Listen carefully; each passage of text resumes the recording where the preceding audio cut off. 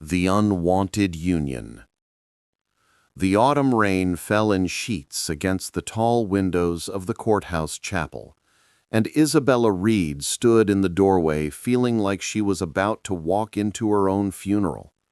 The borrowed dress hung loosely on her frame, cream-colored lace that belonged to a cousin she barely knew. Her hands clutched a small bouquet of roses so tightly that thorns pressed into her palm, but she welcomed the pain. It was the only thing that felt real. Inside the chapel, fewer than 20 people waited. Most were Victor Hawthorne's colleagues from the district attorney's office, their faces neutral and professional as they witnessed what they probably saw as just another transaction. Because that's what this was. Not a marriage. A business deal. Isabella's eyes found the man waiting at the altar, and her stomach twisted into knots. Victor Hawthorne stood like a statue carved from marble, his tailored black suit fitting his tall frame perfectly. His dark hair was combed back from a face that could have been handsome if it wasn't so severe. Sharp cheekbones, a strong jaw, and eyes the color of storm clouds that showed absolutely nothing when they met hers.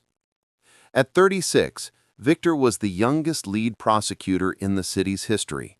He was known for his ruthlessness in the courtroom, for his ability to dismantle defense arguments with surgical precision, for never showing mercy to those he deemed guilty. The newspapers called him the Ice Prince of Justice. Standing here now, about to become his wife, Isabella understood why. Her younger sister Emma squeezed her hand from beside her. "You don't have to do this," she whispered urgently. "We'll find another way to save Dad's company."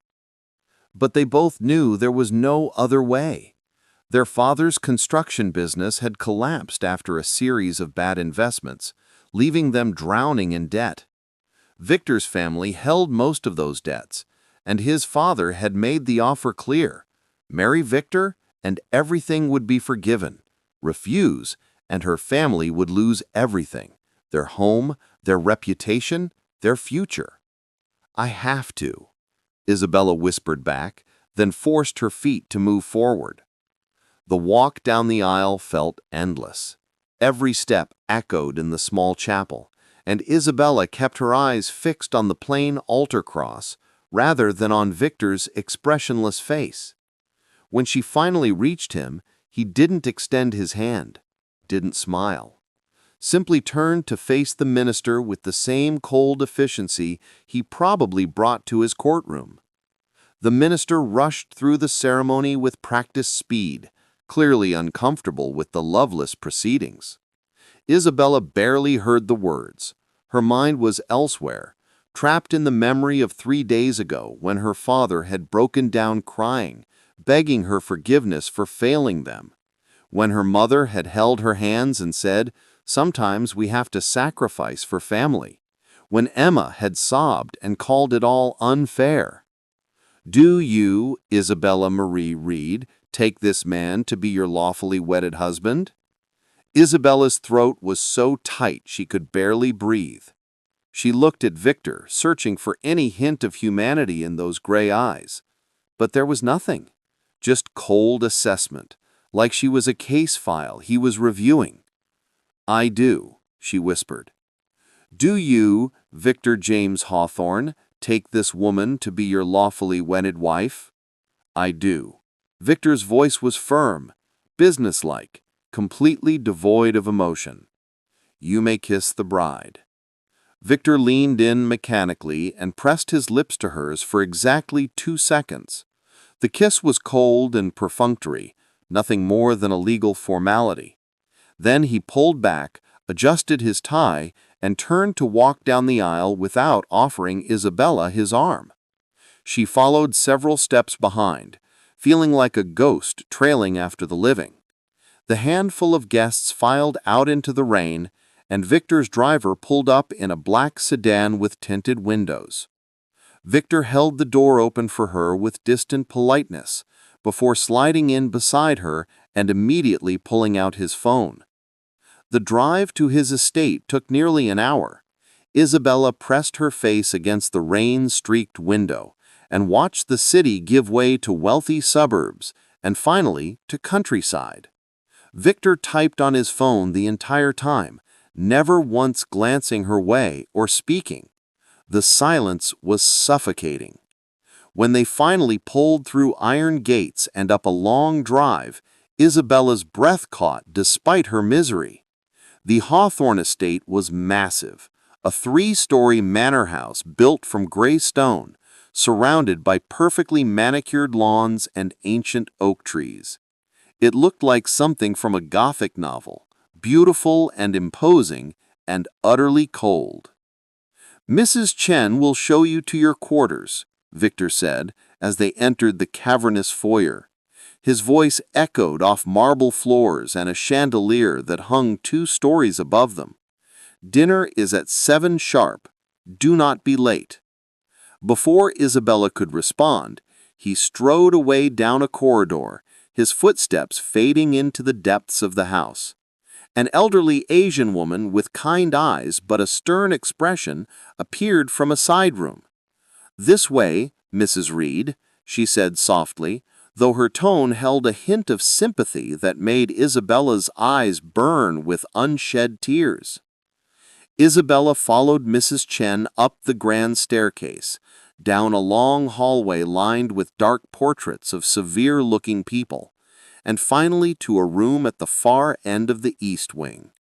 The bedroom was large and beautifully furnished with antiques, but it felt museum-like, untouched and cold. Through the windows she could see the gardens below, perfectly ordered and somehow sad in the rain. "Your things have been unpacked," Mrs. Chen said, gesturing to the walk-in closet where Isabella's meager wardrobe looked lost among the empty space. "The bathroom is through there. If you need anything, there's a call button by the bed. Mr. Hawthorne's quarters are in the west wing." Opposite end of the house, Isabella thought. Of course. After Mrs. Chen left, Isabella sank onto the edge of the enormous bed and stared at her reflection in the mirror across the room. She looked like a stranger, a girl playing dress-up in someone else's life. Slowly she removed the wilting roses from her hair, the borrowed jewelry, the too big dress. She changed into her own clothes, jeans and a sweater, and felt slightly more like herself. At 6:45 she made her way back downstairs, following the sound of clinking dishes to a formal dining room. Victor was already seated at the head of a table long enough to seat 20. He had changed into casual clothes, dark slacks and a gray sweater that somehow made him look even more intimidating. "Sit," he said, without looking up at the document he was reviewing. Isabella took a seat at the opposite end of the table, as far from him as possible. A server appeared with plates of food, roasted chicken with vegetables and potatoes. It smelled delicious, but Isabella's stomach was twisted too tight to feel hungry. Victor set aside his papers and began eating with precise movements. After several minutes of silence, he spoke without looking at her. "You will have access to a household account for personal expenses. All major decisions regarding the estate are mine. I expect this arrangement to remain civil but separate. I have my work, you have your freedom, within reason. We will present as a married couple at necessary social functions. Otherwise, we need not interact more than required." Each word felt like a nail in a coffin. Isabella stared at her untouched food. "So I'm just another obligation to you? Something you check off a list?" "You're fulfilling a family debt," Victor replied coldly, "as am I. Let's not pretend this is anything more than what it is." "And what is it?" Isabella looked up at him, anger finally breaking through her numbness. "A prison sentence? A purchase? What exactly did your family buy when they bought me?" For the first time, Victor's expression shifted. Something flickered in his gray eyes. Surprise, maybe, or discomfort. but it was gone in an instant, replaced by his usual cold mask. "This conversation is pointless. Eat your dinner." "I'm not hungry." "Suit yourself." Victor returned to his papers. Isabella stood abruptly, her chair scraping against the floor. "If you'll excuse me, I'd like to be alone." She fled the dining room before he could respond, before the tears burning in her eyes could fall. She ran through the unfamiliar house, pushed through a side door, and found herself in the gardens. The rain had stopped, but everything was wet and dripping. Isabella sank onto a stone bench beneath a weeping willow and finally let herself cry. She cried for her father's failures, for her family's desperation, for the life she had imagined and would never have. The breaking point. The call came at 3 in the morning. Isabella's phone rang in the darkness, and her sister's frantic voice immediately shattered the night's peace. "Bella, it's Dad. He had a heart attack. We're at Mercy Hospital. You need to come now." Isabella dressed with shaking hands and ran down to the foyer, where she encountered Victor descending the stairs in a robe, woken by the commotion. "What's wrong?" he asked. "My father," Isabella's voice broke. "Heart attack. I need to go to the hospital. I'll call a car service." "You can't leave," Victor said firmly. "Our agreement was clear. No contact with your family beyond necessary occasions." Isabella stared at him in disbelief. "My father is dying, and you're quoting our arrangement?" "Those were the terms." "Terms," Isabella's voice rose, months of suppressed emotion finally breaking free.